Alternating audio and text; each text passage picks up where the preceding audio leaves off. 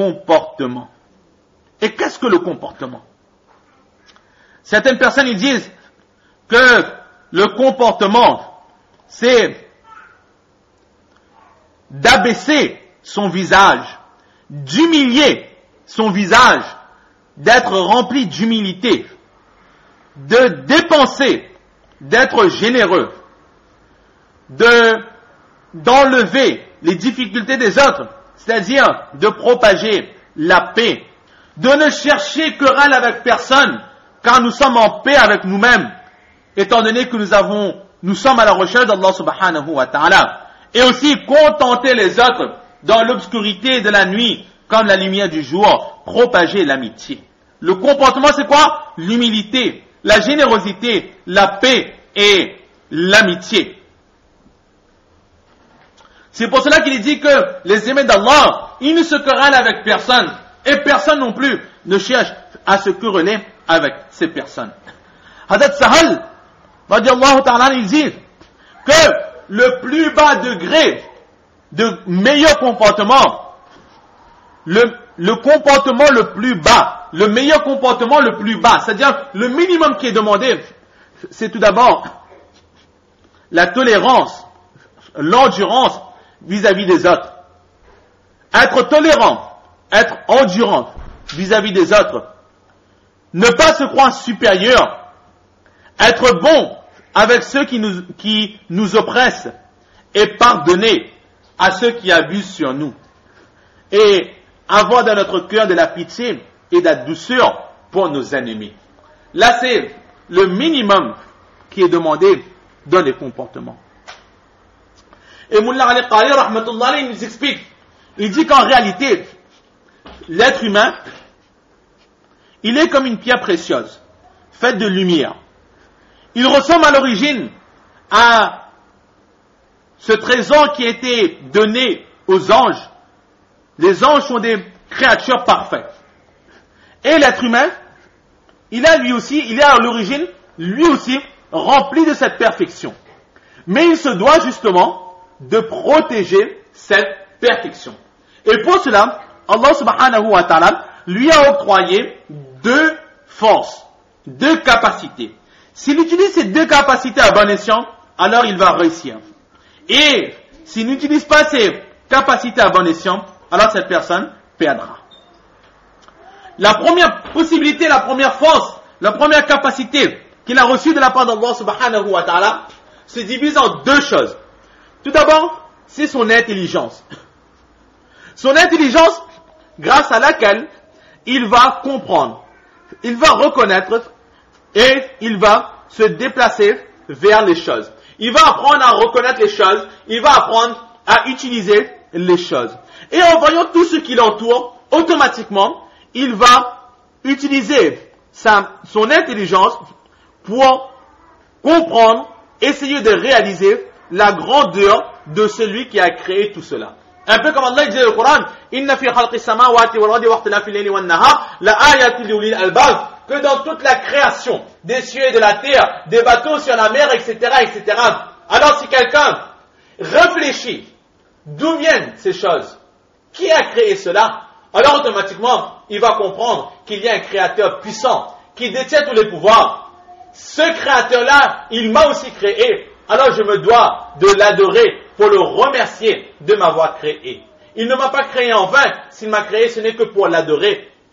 Donc par son intelligence, il va essayer de rechercher Allah subhanahu wa ta'ala. Et la seconde partie de cette force, c'est quoi? C'est cette capacité, ce discernement de pouvoir faire la différence entre ce qui lui est profitable et ce qui n'est pas profitable. De ce fait, il va aller vers ce qui est profitable, il va fuir ce qui n'est pas profitable. Mais Mullah Ali Qari rahmatullah dit que ces deux forces-là, ce sont, ou plutôt cette force-là, de son esprit, l'intelligence et le discernement, vont le servir aussi à rester en paix avec lui, en paix avec Allah subhanahu wa ta'ala, et aussi en paix avec les autres. C'est-à-dire que par rapport aux autres, il va comprendre quelle personne le nuit et quelle personne veut son bien. Mais ensuite, la seconde force que cette personne a reçue de la part d'Allah subhanahu wa ta'ala, c'est justement cette capacité de purifier son intérieur. La capacité de purifier son intérieur, c'est ce qu'on appelle le bon comportement. Donc les deux forces que l'être humain il a reçues pour rester aussi pur qu'un ange, c'est quoi? C'est son intelligence et le discernement, grâce à laquelle il va être constamment à la recherche d'Allah subhanahu wa ta'ala et rechercher les actions qui amènent au contentement d'Allah. La deuxième force pour pouvoir rester pur, ce sont les bons comportements. Celui qui n'a pas un bon comportement, alors il ne peut rester pur comme Allah subhanahu wa ta'ala l'a créé. Mais au contraire, ces mauvais comportements vont petit à petit l'éloigner d'Allah subhanahu wa ta'ala. Et s'il reste dans le bon comportement, alors il restera constamment dans la proximité d'Allah subhanahu wa ta'ala. Maintenant, ce comportement, Mullah Ali Qali rahmatullahi nous explique que ce bon comportement se divise en deux catégories. La première catégorie, c'est quoi? C'est la purification de notre intérieur. Et la purification de notre intérieur se compose en 10 choses. 10 choses que nous devons purifier dans notre intérieur. Tout d'abord, la nourriture.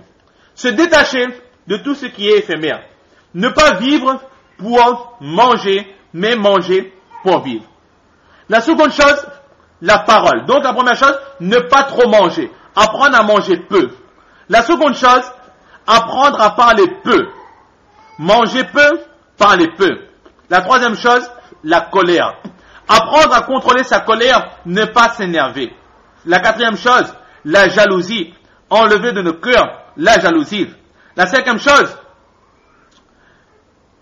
ne pas être avare, mais au contraire, détacher son cœur de cette terre. La sixième chose, justement, c'est ça, c'est ne pas être attaché à cette terre, ne pas avoir en nous l'amour pour les biens éphémères de cette terre. La septième chose, ne pas être fier de nous. Ne pas être fier de nous. La huitième chose, ne pas être orgueilleux. La neuvième chose, ne pas se croire supérieur aux autres. Et la dixième chose, ne pas être ostentateur, ne pas rechercher l'ostentation, ne faire que pour Allah, être sincère, et ne pas faire pour avoir les compliments des autres. Et une fois que notre cœur aura été purifié, alors il faudra l'embellir. C'est la deuxième étape, embellir notre cœur. Et là, l'embellissement de ce cœur repose sur 10 choses élémentaires. La première chose, c'est quoi? Le tawbah, le repentir. La seconde chose, la crainte d'Allah. La troisième chose, se satisfaire de peu. La quatrième chose, l'endurance. La cinquième chose, remercier Allah pour les bienfaits qu'il nous a donnés. La sixième chose, être sincère dans nos actions pour Allah. La sixième chose, avoir confiance en Allah. La huitième chose, avoir de l'amour pour Allah et pour ses créatures. La neuvième chose, être satisfait de notre destinée. Et la dixième chose, penser à la mort. Et Mullah Ali Qali rahmatullahi dit que les bons comportements est un don et une richesse que nous avons dans notre cœur. Et justement, ces bons comportements, si nous appliquons ces 20 points-là, alors automatiquement, pratiquer l'islam comme il se faut, comme il se doit, sans obligation, sans qu'il n'y ait personne pour nous obliger, rester derrière nous. Si nous avons les meilleurs comportements, automatiquement ces comportements eux-mêmes vont nous amener à pratiquer l'islam comme il se doit. Ensuite, il dit qu'il y a dans le comportement différents niveaux. Le meilleur des niveaux, c'est le juste milieu. Être comme il le faut. Lorsqu'on dit ne pas avoir de colère, cela veut dire qu'il ne faut pas s'énerver pour un rien. Mais il ne faut pas non plus enlever de nous la colère. La colère, un exemple, est quelque chose de naturel chez l'être humain. Allah, il a mis la colère pour une raison bien précise. Pas pour s'énerver, pour ne pas s'énerver pour des raisons futiles, mais non plus ne pas détruire ce naturel qu'il y a en nous. Mais nous devons avoir un minimum de colère. Pourquoi? Lorsque les règles d'Allah, les commandements d'Allah sont enfreints, sont bafoués, à ce moment-là, nous devons utiliser la colère qu'Allah subhanahu wa ta'ala nous a donnée pour ramener les gens sur le bien. Donc le juste milieu, ne pas aller dans l'excès et ne pas non plus annihiler, anéantir cette nature qu'Allah subhanahu wa ta'ala nous a donnée. Donc en résumé, depuis le début de ce hadith jusqu'à présent, le prophète sallallahu alayhi wa sallam, qu'est-ce qu'il dit? L'islam lui-même, qu'est-ce qu'il nous demande comme comportement? La générosité et l'humilité. La foi, qu'est-ce qu'il nous demande comme comportement? La pratique et l'abstinence des péchés. Le musulman, en tant que musulman, qu'est-ce que nous devons avoir? Comment est-ce que nous devons nous faire remarquer? Alors le meilleur des musulmans, c'est celui qui propage la paix. Et le meilleur croyant, c'est celui qui a un comportement exemplaire avec Allah, avec autrui et avec lui-même. Maintenant, nous avons abordé ce sujet des caractères, mais juste de ce hadith, nous ne pouvons développer plus que cela, ces caractères. Pour chaque point, il faudrait faire des discours d'heures et des heures et des heures pour pouvoir expliquer vraiment ce que c'est que ces comportements. Inch'Allah, ultérieurement, dans les majlis des vendredis, etc., au fur et à mesure, nous aurons l'occasion d'entendre les explications de ces points sur le comportement et Allah nous choisisse pour les pratiquer. Donc nous continuons ce hadith. Ensuite, le hadith d'Amir ibn Abbas radiallahu ta'ala anhu, il dit: Ayu salati afzal. Ô prophète d'Allah, quelle est la meilleure des prières?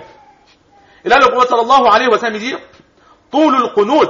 La meilleure des prières, c'est la prière de laquelle le qunut, il est le plus long. Le qunut, on peut le traduire de différentes façons. C'est la prière dans laquelle on reste le plus longtemps debout. Première explication. Deuxième explication, c'est la prière dans laquelle il y a le plus de concentration. Ou c'est la prière, troisième explication, dans laquelle nous lisons le plus de Coran. Là, le prophète sallallahu alayhi wa sallam, il nous dit justement, la meilleure des prières, c'est la prière dans laquelle nous restons debout le plus longtemps. À ce sujet, dans le chapitre du namaz, reviendra ce masla, mais là juste une petite parenthèse, entre Imam Abu Hanifa rahmatullah alayhi et Imam Shafi rahmatullah alayhi, il y a une divergence, quelle est la meilleure des prières? Imam Shafi rahmatullah il dit que la meilleure des prières, c'est la prière de laquelle il y a le plus de sidda. C'est-à-dire, la divergence est sur ce point, quelle est meilleure? Nous avons par exemple une demi-heure devant nous pour accomplir les prières. Qu'est-ce qui est mieux?